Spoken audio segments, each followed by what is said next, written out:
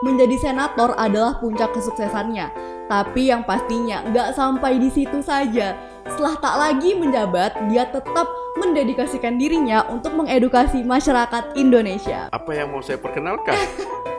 Karena katanya tadi orang udah kenal saya. Bener juga ya.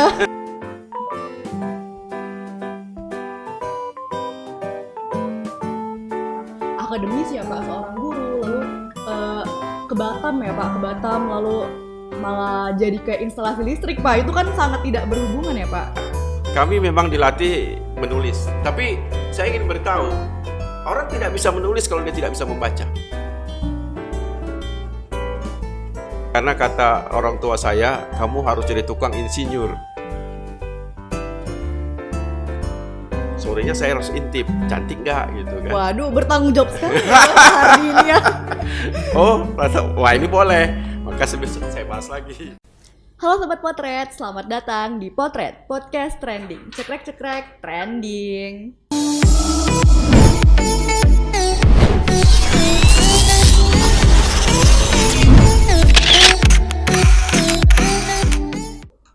Seseorang yang telah berada di puncak karirnya nih, telah menjadi abdi negara bagi seluruh Nusantara. Menjadi senator adalah puncak kesuksesannya. Tapi yang pastinya nggak sampai di situ saja. Setelah tak lagi menjabat, dia tetap mendedikasikan dirinya untuk mengedukasi masyarakat Indonesia. Perkenalkan bintang tamu kita pada episode kali ini, Bapak Hardy Slamet-Hud. Selamat datang Bapak. Ya, selamat datang juga, terima kasih. Boleh dong Pak, diperkenalkan dikit nih Pak, lebih detail Pak, biar Sobat Potret di rumah lebih mengenal Bapak pastinya Pak. Apa yang mau saya perkenalkan? Karena katanya tadi orang udah kenal saya. Bener juga ya, Sobat Potret. Oke, jadi Dita kasih tahu info dikit nih, boleh ya Pak ya? Iya. Jadi Pak Hardy ini adalah seorang seniman sekaligus politisi ya Pak. Telah menjabat sebagai DPD RI selama 2 periode. Waduh, lama banget tuh Pak. Dari 2009 sampai dengan 2019. Iya, saya mengikuti arus air saja mengalir. Mengalir ya Pak. Karena saya masuk di Batam tahun 96, kalau saya boleh berkisah, saya pertama sekali diam di rumah liar. Kalau lihat ada Sungai Harapan, itu ada PCI, itu ada sungai di pinggir itu. Saya pertama kali di situ. Berarti semuanya dari bawah. Dari saya menikmati saja. Kalau 10 tahun saya di Senayan, ya mungkin mengalirnya ke sana. Ya mudah-mudahan nanti bisa mengalir yang lebih baik saja, itu saja. Tapi sampai sekarang pun sudah baik ya Pak, menjadi seorang politisi 2 periode loh ya, Bapak Hardy ini. Saya syukuri, karena tadi kalau bicara cita-cita, itu tidak masuk dalam cita-cita. Nah cita-cita saya sederhana, saya mau jadi guru saja. Jadi saya sekolah di IKIP Bandung, kemudian menyelesaikan S1, pulang ke Tanjung Pinang saya mengajar di SMK, kemudian saya mendirikan pusat pendidikan komputer di Tanjung Pinang, dan setelah itu bangkrut saya ke Batam. Nah di Batam saya tidak jadi guru, malah saya pertama kerja di Batam itu menjadi instalator listrik, ikut orang masang apa ini? Listrik Pak. Kabel-kabel rumah inilah. Itu pun bukan cita-cita juga. Tapi saya kira, ya tadi saya lalui saja, saya nikmati itu. Dan terus saya berpikir, saya ini sarjana pendidikan, pengabdian saya tentu pendidikan. Waktu itu ada satu lembaga baru di dunia pendidikan sesuai amanat undang-undang yang namanya Dewan Pendidikan. Dan waktu itu saya mendaftar, terpilih, kemudian saya menjadi ketua. Mungkin di situ sepertinya masyarakat Batam mulai mengenal saya karena saya berada di lembaga itu. Arus balik karirnya ya Pak? Nah di situ.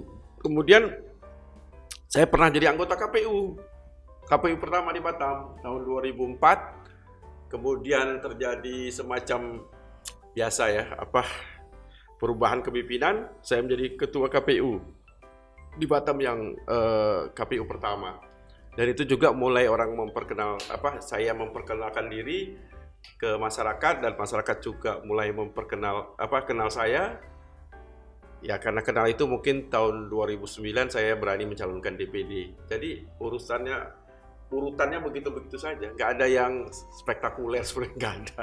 Tapi urutannya pun banyak ya Pak, dari yang awalnya akademisi ya Pak, seorang guru Pak. Kalau boleh tahu Ya. tuh ngajar apa tuh Pak? Saya ditakdirkan bidang studi saya nggak ada di subject matter saya di sekolah tuh nggak ada, karena saya bagian kurikulum. Oh bagian. Jadi saya kalau di sekolah itu ada namanya wakil kepala sekolah bidang kurikulum, Oh, nah itu iya. harusnya jabatan saya. Karena nggak ada bidang studi, saya les komputer. Saya mengajar komputer. Anak IT berarti bapaknya nih. Kononnya, tapi dulu nggak ada kalimat IT. Jadi dulu itu komputernya yang XT. Mungkin siapa tadi namanya? Dita Pak. Mungkin nggak pernah ketemu karena dia XT, kita masih pakai disk drive, kemudian paketnya WordStar, Lotus, DBase, yang sekarang semua nggak dipakai lagi. Tapi dulu orang bangga sekali bisa kursus komputer. Kayaknya sekarang orang nggak ada yang kursus komputer lagi. Yang ada orang kursus programmernya ada mungkin ya. Tak ada, karena apa? Komputer sudah jadi habit, sudah jadi kebiasaan. Kalau dulu kan komputer itu Sesuatu yang wow gitu Pak. yang harus dipelajari, bukan karena dia langsung otomatis. Sama juga dulu orang kursus mengetik.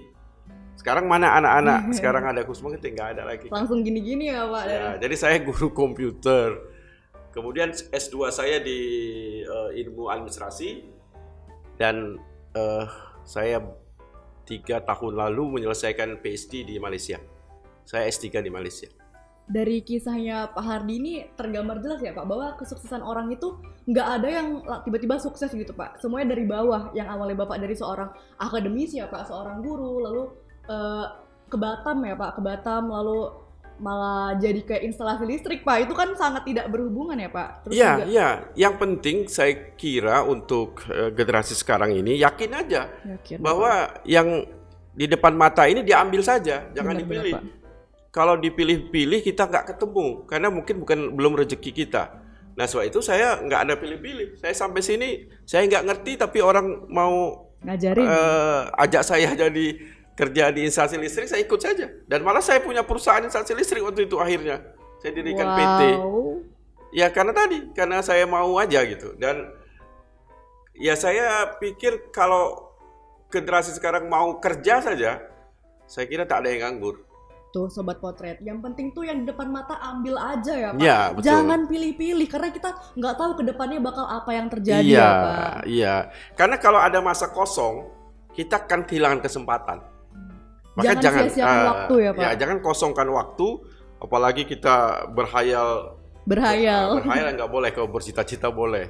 Malah Bung Karno bilang, bercita-citalah kamu setinggi langit, kalaupun kamu jatuh, kamu akan jatuh di bintang. Waduh, keren banget nih quotes-nya Pak. Nah Pak, ngomongin cita-cita nih Pak. Hmm. Dari yang Dita ulik-ulik nih Pak, dari berbagai referensi, cita-cita Bapak ini sebenarnya adalah seorang penyair Pak. Bener nggak tuh Pak? Saya dulu waktu SMP, saya kelas 3 sudah juara 3 puisi se-Kepulauan Riau. Wow. Yang dilaksanakan oleh RRI Tanjung Pinang. Kepulauan Riau itu dulu kabupaten, tapi besarnya itu seprovinsi sekarang. Juara 1, juara 2-nya itu menurut saya orang-orang tua semua. Karena Bapak muda sendiri gitu ya? Bukan muda lagi, saya SMP kelas 3. SMP kelas 3. Nah, SMA itu saya SMA IPA di SMA Negeri 1 Tanjung Pinang. Tapi selama 3 tahun itu saya cerita sastra terus. Jadi saya mimpin mading, malah saya memang untuk pertama kali saya kira di Kepulauan Riau, sebuah sekolah SMA yang punya majalah. Saya memimpin majalah itu di SMA. Lalu pertanyaannya, dulu majalahnya bagaimana? Dulu majalahnya pakai stensilan, karena nggak ada fotokopi tahun 80. Itu kan nggak ada fotokopi 80 sampai 83. Nah, ya tapi itu saya senang saja. Dan akhirnya tamat 83, orang menerima award sebagai lulusan terbaik, mungkin bidang IPA, bidang IPS. Saya menerima award bidang sastra. Memang sastra itu udah mendarah daging mungkin ya Iya, Pak? jadi tidak ada satupun guru pada saat itu, pada saat saya lulus, pasti dia berpikir, Hardi kamu pasti ke IKJ. Gitu. Rupanya jadi DPD RI Pak. Tapi anehnya, saya masuk ke Fakultas Teknik. Wah, menyimpang lagi tuh ya Pak ya? Ya, karena kata orang tua saya, kamu harus jadi tukang insinyur. Tapi saya gagal, karena setelah itu saya masuk IKIP Bandung, karena yang memberikan beasiswa saya itu kakak saya meninggal dunia. Kami dari keluarga yang tidak cukup mampu untuk membiayai di sekolah swasta. Akhirnya saya tahu diri, saya berbalik masuk IKIP Bandung, dan semester 2 di IKIP Bandung itu saya sudah beasiswa sampai habis. Keren banget memang Pak Hardihut ini ya, bener-bener tokoh masyarakat yang patut banget untuk menjadi panutan kita semua. Pak, ngomong-ngomong sastra nih Pak, boleh dong Pak diceritain dikit Pak, sebenarnya awal mula kecintaan Bapak nih, kecintaan yang mendalam lebih tepatnya Pak terhadap sastra itu, apakah tiba-tiba aja gitu datang atau dari keluarga Pak? Mengingat juga Bapak Husnizar Hud juga seorang penyair ya Pak? Iya, kami beruntung karena nama kami ini belakangnya tuh agak aneh, Hood. Apa yang nggak kenal Robin Hood gitu ya. Jadi agak punya nilai jual namanya itu. Orang tua saya ini mungkin dia seniman, tapi dia kepala desa. Kami orang almarhum Hud bin Dahlan itu kepala desa. Jadi kami ini anak kepala kampung lah, anak kepala desa. Tapi di desa kami ini setiap malam Ahad, setiap malam Minggu itu sering melakukan namanya pentas sandiwara. Pentas sandiwara, pentas seni gitu ya Pak? Yang dimain oleh orang itu, maksudnya apa sekarang namanya, lenong gitu ya, lenong. Nah, ayah saya ini salah satu penulis skripnya, gitu. Malah saya pernah main waktu itu, waktu saya kecil, saya masih ingat saya waktu itu dimainkan drama Untung Suropati. Nah, saya jadi Untung waktu kecilnya itu. Jadi untung Bapak ya Pak? Jadi mungkin dari situ agaknya lah. Adik-beradik kami ini senang sastra karena orang tua kami waktu itu dia memang mampu sebagai kepala desa yang dapat menampilkan atraksi kesenian buat masyarakat kampungnya. Jadi di situ mungkin kami dengan tidak sengaja belajar ya tentang sastra.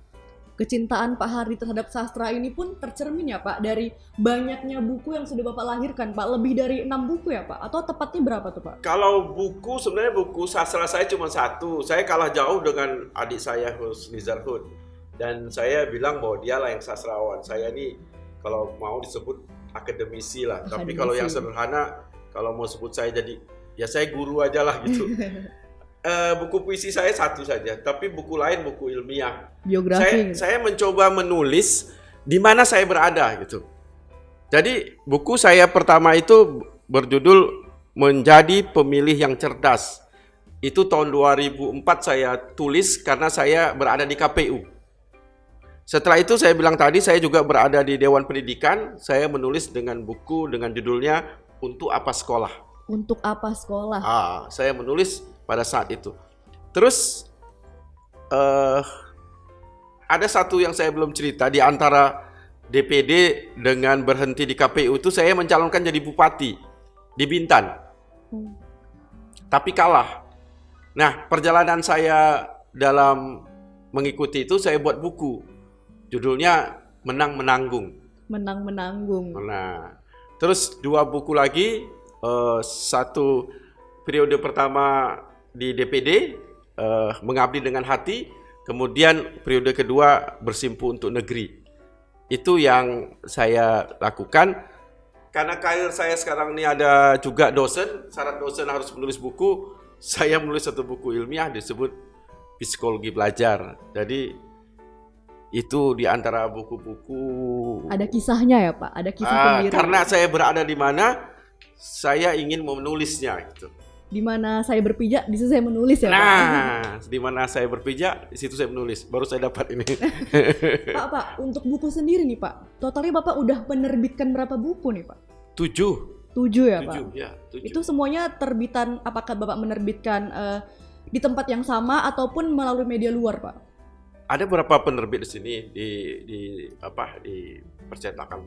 Saya kan pernah juga menjadi kolumnis di Batam Post. Jadi tulisan-tulisan lepas saya bukukan juga. Jadi buat saya menulis biasa saja gitu. Biasa saja ya Pak. Saya untuk menulis biasa beberapa saja. orang luar biasa gitu Pak. Iya, karena kami memang dilatih menulis. Tapi saya ingin beritahu orang tidak bisa menulis kalau dia tidak bisa membaca. Semakin dia banyak membaca, semakin dia akan bisa menulis. Berarti perbanyak literasi adalah kunci ya, Pak? Iya, itu. Bahasanya sekarang bahasa literasi, dan bahasa literasi ini yang harus kita beritahu ke anak muda, karena negara kita masih terperosok dengan ranking literasi, itu sangat lemah kita. Pak, untuk menulis satu buku nih Pak, itu membutuhkan waktu berapa lama Pak menyelesaikannya? Oh iya, saya lupa juga ada kalau gitu ada 2 buku sastra saya. Satu lagi pantun. Saya buat kalender pantun setahun. Jadi ada 365 pantun. Kalender wow. saya. Jadi saya menulis bersama istri saya di 365 pantun. Saya tidak mempunyai satu apa ya namanya ya? Jangka waktu.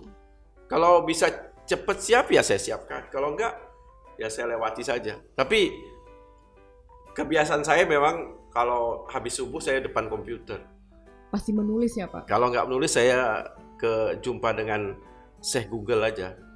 Dengan Mbah Google ya. Tadi saya udah serius Pak dengernya. saya mencari apa ya hal-hal yang baru saja gitu. Nah Pak, ngomongin puisi Pak, tadi juga berkaitannya dengan istri Bapak. Jadi ada satu buku Bapak nih yang Dita udah selesai baca yang berjudul Merendah Hati ya Pak. Dari buku ini tuh tergambar bahwa Pak Hardy ini adalah sosok yang sangat romantis sekali ya Pak terhadap istrinya. Dari pembukaannya aja udah tertulis nih Sobat Potret. Buku ini hanya untuk istriku yang tak pernah lelah memelihara cinta kami. Waduh, so sweet banget ya Pak. Jadi ini coba saya lihat, ini bukunya. Nah, buku ini saya terbitkan dalam bahasa politiknya dalam rangka istri saya berumur 50 tahun dan usia perkawinan kami ke 25 tahun.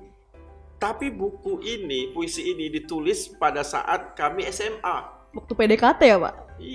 Malah belum dapat. Oh belum dapat Pak? Iya, jadi tahun 82. Jadi gini, agaknya sekarang terjadi juga ya. Maksud saya sekolah pagi kelas 3, istri saya kelas 1, calon istri saya, calon pacar saya itu kelas 1. Oke, Pak.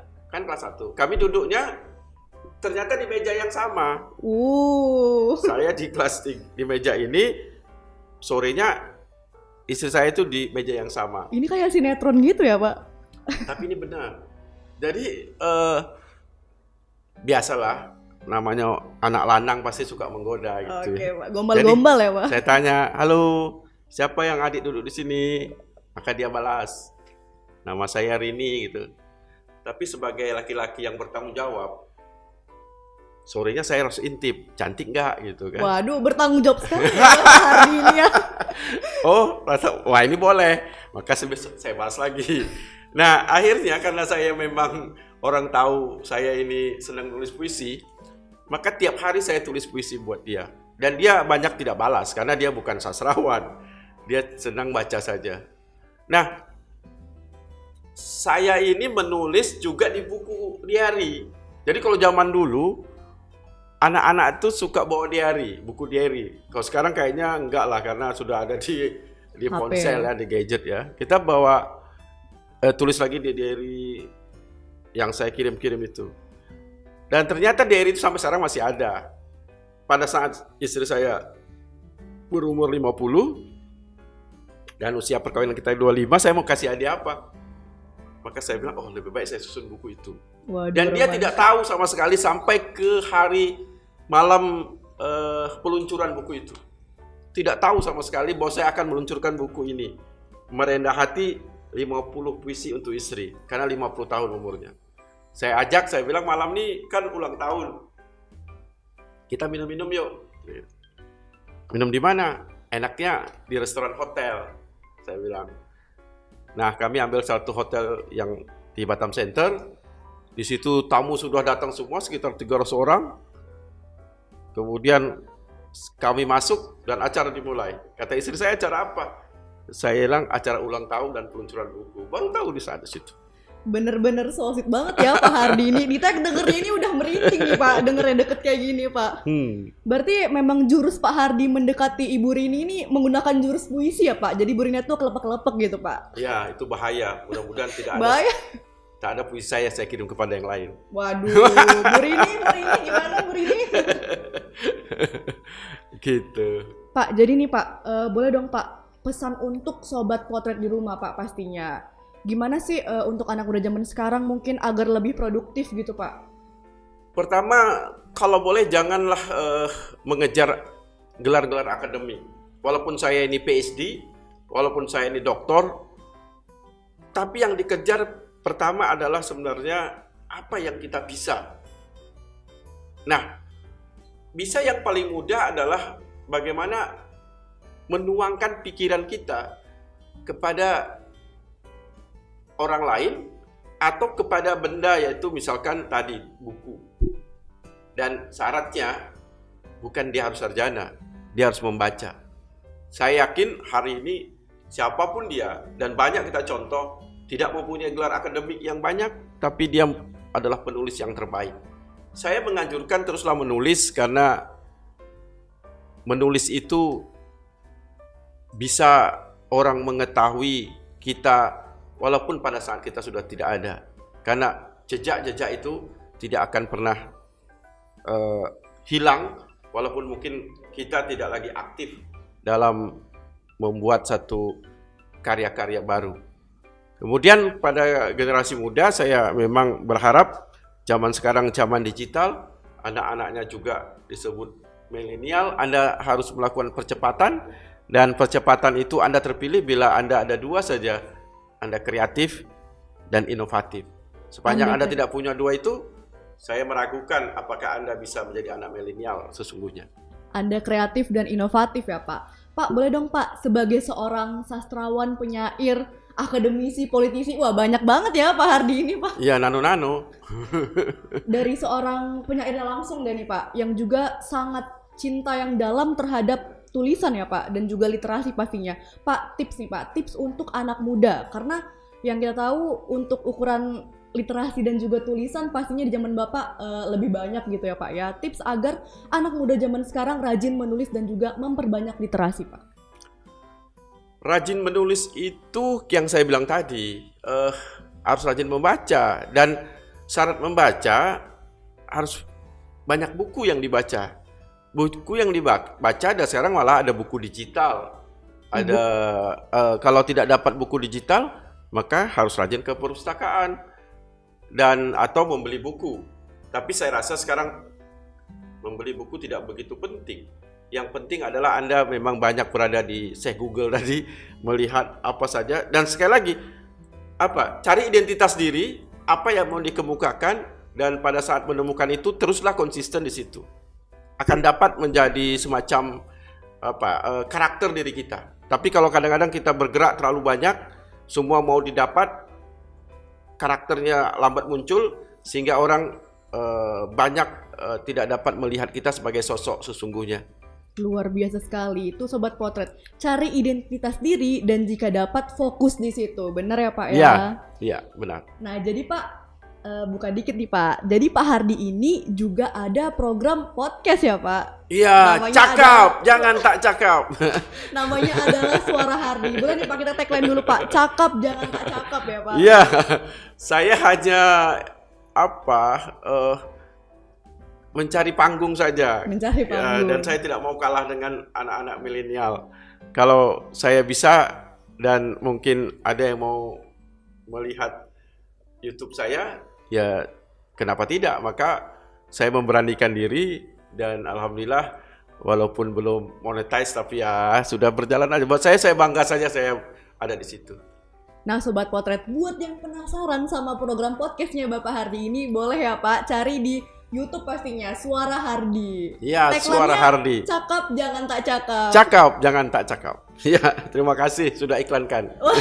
Sama-sama Pak.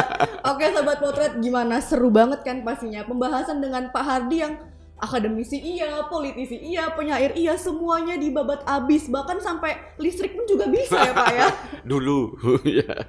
Nah gimana? Seru banget kan episode kali ini? Jangan lupa ya like, komen, dan subscribe. Sampai jumpa di episode berikutnya.